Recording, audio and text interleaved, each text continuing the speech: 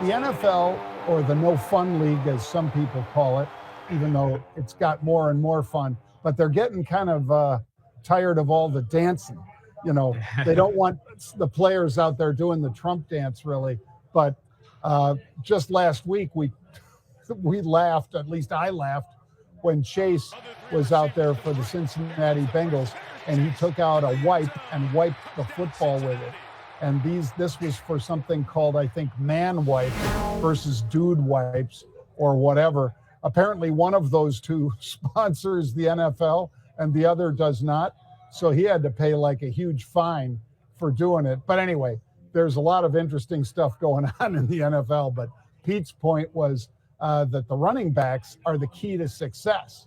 And, he gave us a couple examples like Saquon Barkley, for instance, or King Henry, Gibbs, all these guys, running backs, whether it's for the Lions, whether it's for the Baltimore Ravens or the Eagles, these guys are changing the game back to being a ground and pound instead of just Air Force. What do you think of that?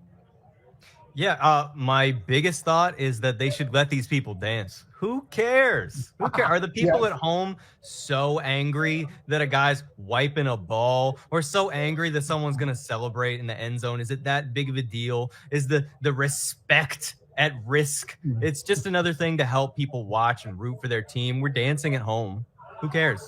And yeah, totally agree. That's yeah, right. ground. Yeah. And the linebackers, Pete and I were linebackers, Justin. And when we see Pete go on the field, which he is frequently, folks, he was on the sidelines for the Penn State Golden Gopher game, where his Gophers sadly lost by 1 point to a very great Penn State team. But linebackers are small. When Pete stands next to most of them, he is bigger by, probably 20 pounds. Pete's 6'3", 240. These linebackers that are playing at 220 pounds, that's too small to stop some of these big, strong running backs like King Henry, like Saquon Barkley. I mean, Saquon damn near squats 800 pounds or something like that. You've seen him do that hurdle where he jumps backwards over some of the tacklers that are coming for him because he's got such jump in those legs from all that strength. The linebackers need to be bigger to take these strong running backs down. And I think that's why a lot of these teams are taking advantage of smaller linebackers that are built more for pass coverage than to stop the run. So Pete wanted us to get that in there. So there you go, Pete. Lastly, how about this? We're getting to this 12-team playoff for the national championship for collegiate football Division I. And Pete wants to know what underdog is likely to perhaps go very far in that playoff and or win it all. And Justin, maybe you're an Oregon fan, and if you are, I don't blame you. I guess that's the closest team in the NCAAs to where you are in Hawaii, Oregon, and they have a great team, and they're undefeated. So that's a heck of a football team. I think they could go far in the playoffs, but is that your team out of these 12, or do you have another that you think could be the golden one this year?